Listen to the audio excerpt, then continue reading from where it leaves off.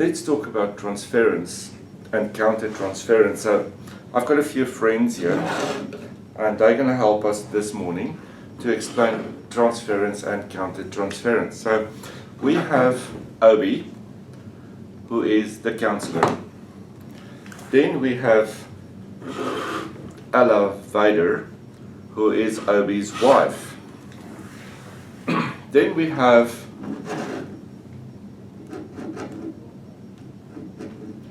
Mary, who's married to Luke. Okay, so what happens is that Mary has issues with, first of all, her father.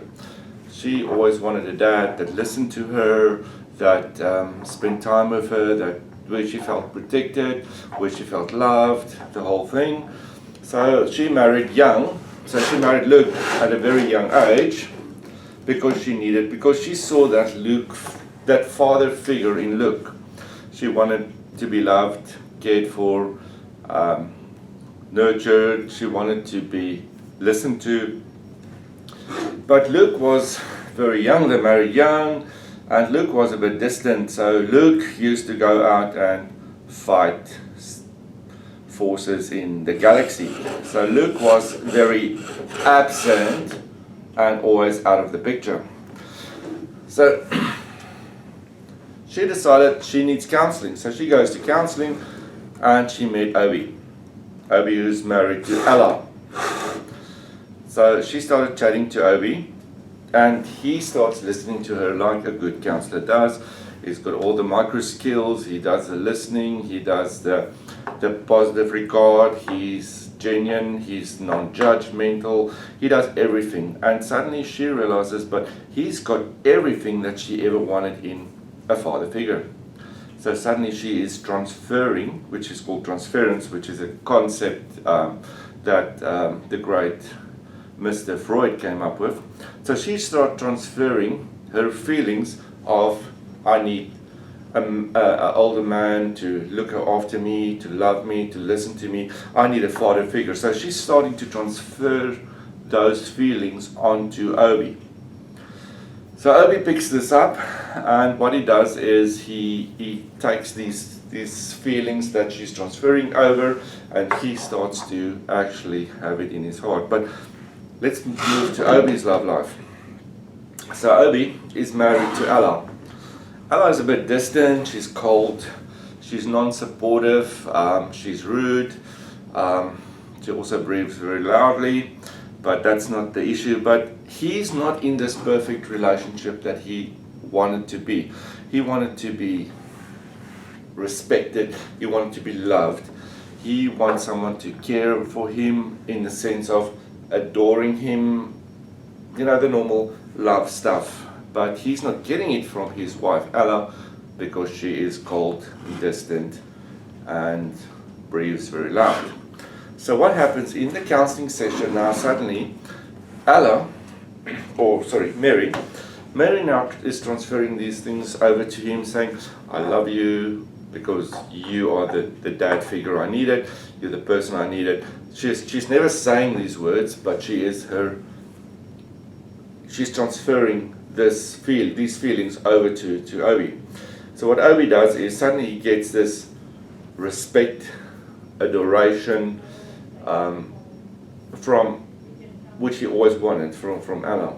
So what happens now is suddenly he is now counter-transferring his feelings of, I want to be loved, I want to be respected, I want someone to like me, I want someone to put me in this figure of actually putting me in a leadership role and adoring me and respecting me for who I am. So suddenly he starts to transfer these feelings, or counter-transfer her feelings, which he received. So he counter-transfers back to her like, I take your feelings, I take your transference, I do adore this. And suddenly there's a connection. And with time, this connection gets closer and closer and closer. And one day, they start to hold hands. And in the end, there's a relationship. And that's the negative thing about transference and counter-transference. The positive side of counter-transference is the following. She signals these feelings of her, like, I want someone to listen to me, I want someone to adore me, I want to feel safe, I want an older man to just give me what I always needed from my father.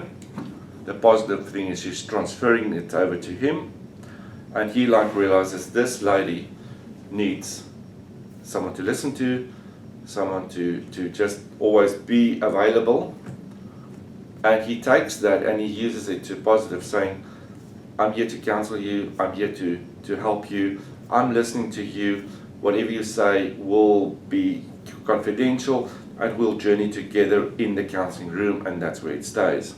So he's taking the transference, he's not counter-transferring his feelings onto her, he's taking the transference and he's using it as a positive thing in the counseling relationship. So that's counter-transference and transference. First of all, what do we do if we pick up transference? We don't counter-transfer. We be careful not to let our own feelings come in the way of the counseling relationship. We also take this to our supervisor, clinical supervisor. I'm not talking about your normal supervisor, your boss at work. Yes, if your boss at work, if you're in a counseling practice and your boss at work is also your clinical supervisor, by all means go for it. Otherwise, always make sure that all transference that you pick up as a counselor goes to your clinical supervisor. You'll have a discussion with them. And in the end, your counseling relationship will not be in danger. Your client will be able to grow because what she's transferring over, you're taking in and you're transferring it into something positive and helping in the counseling relationship, helping in the counseling process. So be careful not to ever counter-transfer. Be careful not to, whatever you pick up, starting to feel like, wow, there's someone that likes me. Wow, there's someone that adores me. Wow, there's someone that actually listens to me. Wow, there's someone that actually thinks, I know what I'm doing. Because he's not getting it from Ella, he just keeps it to himself, and instead of counter-transferring, he's referring it to not his elevator, but his supervisor. So that is just, in short, transference and counter-transference in a nutshell and in a galaxy far away. Think about it. In your practice, what role does transference and counter-transference play? And what do you do when you pick up transference? Just a thought. So, have an awesome day.